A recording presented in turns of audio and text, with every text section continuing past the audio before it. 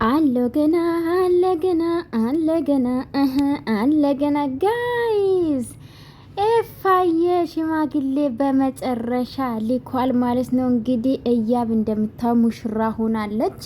ሜካፕ ግን ስለተለቀለቀች እሷ መሆኗ መለየት አቅቶኛል። ግን አንድ ጭምጭምታ ስለሰማው ነው ኤፍሬም ሽማግሌ እንደላከ በርግጥ ሀሳብ ነበረው ብሏል እሱ ከዚህ በፊት ዩቲዩብ ላይ። እንግዲህ እዚህ ላይ አንድ ዩቲዩበሮች አልቀሩም ማለት ነው።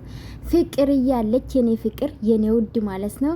ሀይሚዬ ቅመም አለች። ከዛ ውጪ ሴቶች ጋር ብዙም አላየሁትም። ከሀይሚና ከፍቅርዬ ውጪ አላየሁትም ማለት ነው ይመስለኛል።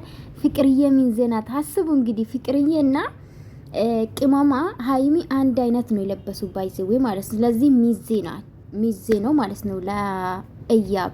ሲቀጥል ፍቅርዬ የእያብ የቅርብ ጓደኛ ናት፣ የኤፋም ጓደኛ ናት። ኤፋ በጣም ነው የሚወዳት ፍቅርዬን ታውቃላችሁና የኔ ውዶች ማለት ነው። ተቀወጠ ውዶቼ። እዚህ ወንዶች አሉ፣ ዊናዬ አለ፣ እኔ መልካም ወንድም።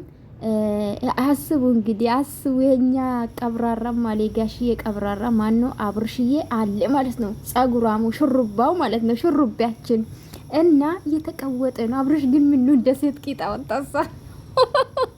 በሰላም ነው በሰላም ነው ወንድም። ከላይታችኋል ከማን ነው ዊና ጋር ቆሟል ጋይስ፣ ጥቁር ከላይ ለብሶ ማለት ነውና እንግዲህ ሩታ አልታየችንም። እንደዚህ አይነት ቦታ አትሄድም። ለምን እንደሆነ አላውቅም። አልታደለችም ጋይስ። ይመቻችሁ። መልካም ጋብቻ